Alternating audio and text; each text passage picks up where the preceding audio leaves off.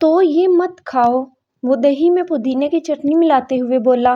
کیا تم نے نہیں کہا تھا میں نے تمہارے لیے بریانی بنائی تھی؟ ہاں کہا تھا۔ اور کیا میں نے یہ نہیں کہا تھا کہ گھر آ کر کھاؤں گا؟ ہاں کہا تھا۔ تو پھر اتنے سوال جواب کیوں کر رہی ہو؟ اچھا جیسے تمہاری مرضی، کھا لو، پر پیٹ میں درد ہوا تو مجھے الزام مت دینا۔ نہیں دوں گا۔ اور کچھ ایک بات بتانی تھی، اگر تم ناراض نہ ہونے کا وعدہ کرو تو۔ تاشفین نے اس کو غور سے دیکھا۔ بہت بولتی ہو۔ جب میں پریشان یا نروس ہوتی ہوں تو میری زبان اور دماغ کے درمیان کا کنیکشن فیل ہو جاتا ہے۔ اب یہ بھی بتا دو، اس وقت پریشان ہو یا نروس؟ دونوں۔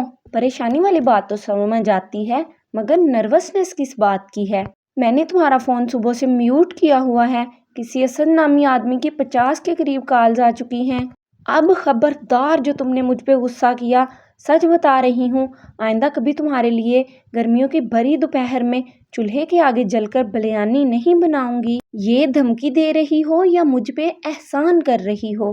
دیکھا، بریانی چکھے بغیر ہی میرا مذاق اڑا رہے ہیں۔ تم سے یہی امید تھی۔ تاشفین نے پوز لیا اور بولا، ایک کام کی بات بتاؤں؟ جگن معصوم نظر آنے کی پوری کوشش کرتے ہوئے بولی۔ کیوں نہیں؟ میرے فون میں صرف ایک اسد نام کا نمبر سیو ہے، اور جانتی ہو وہ کون ہے؟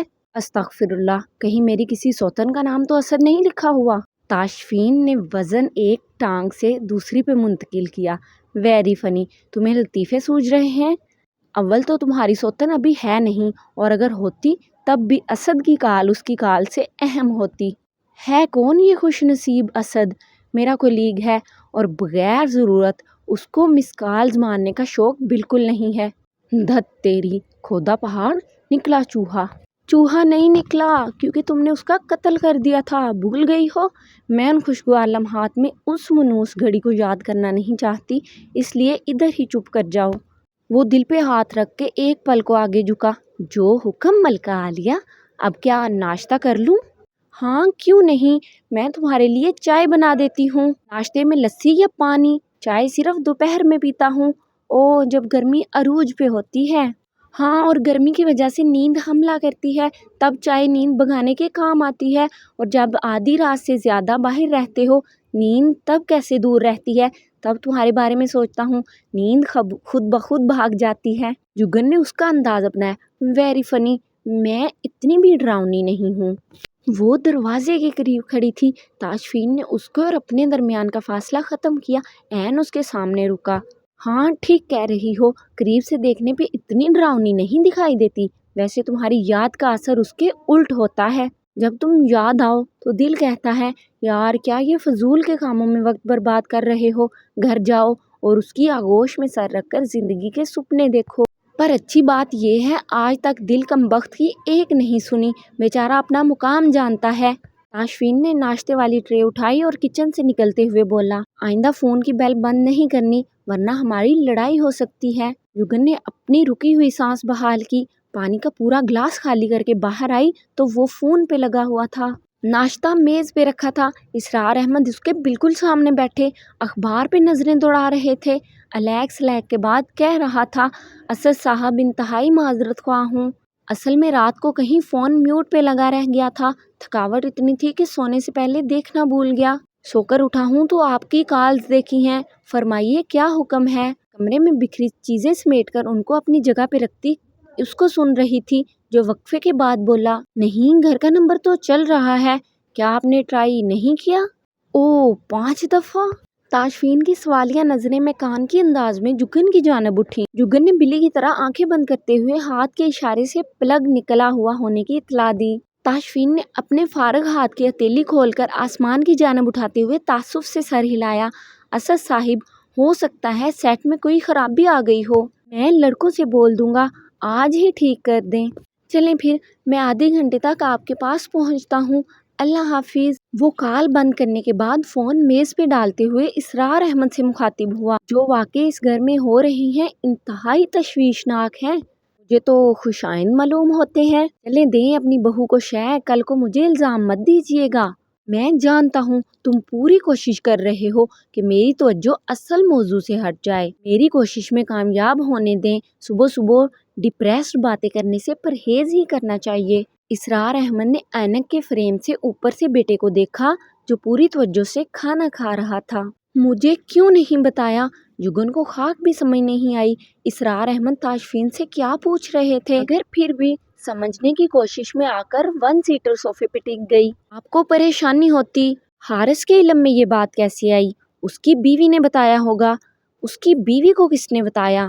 ہاتھ میں پکڑی پلیٹ میں سے ایک ایک چمچ بھر کر اپنے منہ میں ڈالنے کے بعد پلیٹ میز پہ رکھی، لسی کا گلاس تھام کر پیچھے کو آرام دہ حالت میں بیٹھ گیا۔ نوالا پوری طرح چبا کر نگلنے کے بعد لسی پی۔ اسرار احمد کے ساتھ ساتھ جگن بھی اسی کو دیکھ رہے تھے۔ گلاس واپس رکھ کر باکس سے ٹیشو نکال کر منہ صاف کیا۔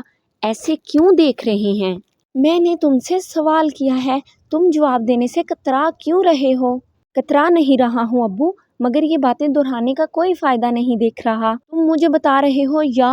تاشفین نے ہار مانتے ہوئے گہری سانس بھری۔ میں نے بینک سے قرضہ مانگا تھا، 2 شہادتوں کی ضرورت پڑی، ایک نام اپنے دوست کا دیا تھا، دوسرا حارث صاحب کا دے دیا، غلطی ہو گئی، اپنے کسی اور دوست کا نام دے دیتا تو کام ہو جانا تھا۔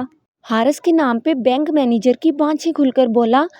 اس کی بیوی مسز حارث اسرار بہت قریبی دوست ہیں۔ مینیجر نے حارث کی بجائے اس کی بیوی کو فون ملایا اور الماس صاحبہ نے وہی کیا جو اس کو کرنا چاہیے تھا۔ میری قرضے کی درخواست یہ کہہ کر واپس کر دی کہ میری آمدنی کم ہے اور بینک اس وقت مجھے 7 لاکھ دینے کا رسک نہیں لے سکتا۔ دونوں باپ بیٹا ایک دوسرے کی آنکھوں میں دیکھے جا رہے تھے۔ اسرار احمد کا چہرہ بالکل سنجیدہ تھا جبکہ تاشفین کے چہرے پہ مسکراہٹ ناچ رہی تھی۔ تمہارا قرضہ رکوانے کے بعد تمہیں 7 لاکھ کا چیک بھیجنے والی بھی تو الماس ہی ہے، اس کو خیرات بول کر کیوں واپس کیا؟ حارث کے سامنے انہوں نے تاشفین کا ساتھ دیا تھا مگر اب حقیقت جاننا چاہ رہے تھے۔ تاشفین کی مسکراہٹ غائب ہو گئی۔ جگن دم سادے دونوں کو سن رہی تھی جو اس کی موجودگی کو یا تو بھول چکے تھے یا فراموش کر رہے تھے۔ کل رات ان کے گھر پہ پارٹی تھی، تمہیں کیسے پتا؟ الماس نے خاص طور پر میرے فون پہ میسج بھیج کر مجھے انوائٹ کیا تھا۔ کیوں؟ تاشفین نے میز پہ رکھا اپنا موبائل آن کر کے ان باکس میں موجود میسج پڑھ کر سنا دیا۔ اپنے بچوں کا سر صدقہ نکال رہی ہوں، ضرور آنا، 7 لاکھ کی گارنٹی پکی ہوگی۔ کیا ہوا جو بینک نے دینے سے انکار کر دیا؟ وہ ہنستے ہوئے بولا، زندگی میں پہلی دفعہ اپنے بڑے بھائی کا نام استعمال کیا تھا اور کیا منہ کے بل گرا ہوں۔ حارث کا قصور نہیں ہے کیونکہ مجھے یقین ہے الماس نے اس کو کچھ بھی نہیں بتایا ہوگا، وہ بس بیوی کی فرمائش پہ دم ہلاتا مجھے چیک دینے آ گیا، بے وقوف آدمی۔ جگن نے اپنا خشک ہوتا گلا صاف کرتے ہوئے توجہ حاصل کرنے کی کوشش کی جس میں وہ کامیاب بھی ہوئی۔ اسرار احمد کے ساتھ ساتھ تاشفین نے بھی گردن موڑ کر اس کی جانب دیکھا۔ تاشفین کی نظروں میں اجنبیت دیکھ کر جگن کی ریڑھ کی ہڈی میں سرد لہر دوڑ گئی مگر پھر بھی ہمت کر کے بولی، ماں صاحبی آخر ایسا کیوں کریں گی؟ اپنے سوال کے جواب میں اس نے تاشفین کے چہرے پہ طنزیہ مسکراہٹ دیکھی۔ اگر مجھے یقین نہ ہوتا نا جگن کہ تم اندر سے بھی اتنی ہی معصوم ہو جتنی شکل سے نظر آتی ہو تو یقین مانو تمہاری بہن کے سارے قصور تمہارے پلڑے میں ڈال کر گن گن کر بدلے لیتا۔ اس لیے تمہارے اس سوال کے جواب میں اتنا ہی کہوں گا، اگر تمہاری الماس آپی اتنی ہی اچھی ہیں تو اس کو بتائے بغیر یہاں موجود کیوں ہو؟ اس کے بے دریغ لہجے اور الفاظ نے جگن کے چہرے کا رنگ فک کر دیا تھا۔ کئی لمحوں تک تاشفین کی اجنبی آنکھوں میں دیکھتے رہنے کے بعد بڑی مشکل سے کچھ کہنے کو منہ کھولا ہی تھا جب اس نے ٹوک دیا، میرے سامنے جھوٹ بول کر سرخرو ہونے کی ضرورت نہیں، میں جانتا ہوں ڈنکے کی چوٹ پر میرے پاس آنے کی تمہارے اندر جرأت نہیں تھی۔ تمہاری بہن کسی صورت بھی تم ان چھوٹی چھوٹی گلیوں میں رہنے والے 3rd کلاس لوگوں کے درمیان آ کر رہنے کی اجازت نہ دیتی، اس لیے تم نے درمیان والا راستہ چنا ہے۔ دونوں کی جنگ کے دوران بڑے نامحسوس انداز میں اسرار احمد اپنے کمرے میں چلے گئے، دروازہ بھی بند کر دیا۔ جگن آنکھوں میں پانی لیے اس کو غصے سے گور رہی تھی۔ یہ جھوٹ ہے، تم اب بھی یہ گیم کھیلنا چاہتی ہو؟ کیا یہ سچ نہیں کہ تم اپنے گھر پہ بتائے بغیر یہاں آئی تھی؟ یہ سچ ہے، میں کسی کو بتائے بغیر آئی ہوں، مگر یہ سچ نہیں کہ مجھ میں جرأت نہیں ہے۔ اچھا یہ بات، کیا تمہاری بہن کا نمبر ملا کر اس سے بات کرواؤں، وہ بھی اپنے فون نمبر سے؟ آپی اور تمہاری جو بھی لڑائی ہے اس میں مجھے کیوں گھسیٹ رہے ہو؟ تمہارے سامنے میں نے حارث بھائی کے مقابلے میں تمہارا ساتھ دیا ہے اور ابھی تم کیا کہہ رہے تھے؟ میری بہن کے کیے کی سزا مجھے نہیں دو گے تو کیا ہے؟ میں یہاں تمہارے ساتھ کسی قسم کا کھیل کھیلنے نہیں آئی ہوں، میں جاننے سمجھنے کے لیے آئی ہوں، اور آج کے بعد اگر تم نے مجھے اپنی بھابھی کی شخصیت کے تناظر میں جج کیا یا میری نیت پہ شک کیا تو یاد رکھنا اس دفعہ تم مجھے چھوڑ کر نہیں جاؤ گے، بلکہ اس دفعہ میں خود تمہیں چھوڑ دوں گی، پھر تمہیں میری جرأت کا اندازہ بھی ہو جائے گا۔ بات پوری کر کے وہ اپنی جگہ سے اٹھ کر بیڈ روم میں بند ہو گئی۔ اس کی نظروں سے وہ آنسو چھپا نہ رہ سکا جو جگن کے گال پہ بہتا نظر آیا تھا۔ خود کلامی کرتے ہوئے بڑبڑایا، فین اسرار بڑے ہی بےہودہ انسان ہو یار، کہاں کا غصہ کہاں پہ نکال دیا۔ نعمت خود چل کر گھر آئی ہے، بے وقوف انسان، قدر کر قدر۔ ماں کے بعد پہلی دفعہ کسی عورت نے تیرے لیے شوق سے کھانا بنایا ہے، پھر کیا ہوا جو نمک تیز تھا یا چاول بیچ بیچ میں سے کچے تھے؟ اب مانگ معافی۔ ابو کے بند دروازے کو دیکھ کر آواز لگائی، والد صاحب آپ نے اچھا نہیں کیا، مشکل وقت میں اکیلا چھوڑ کر بھاگ گئے۔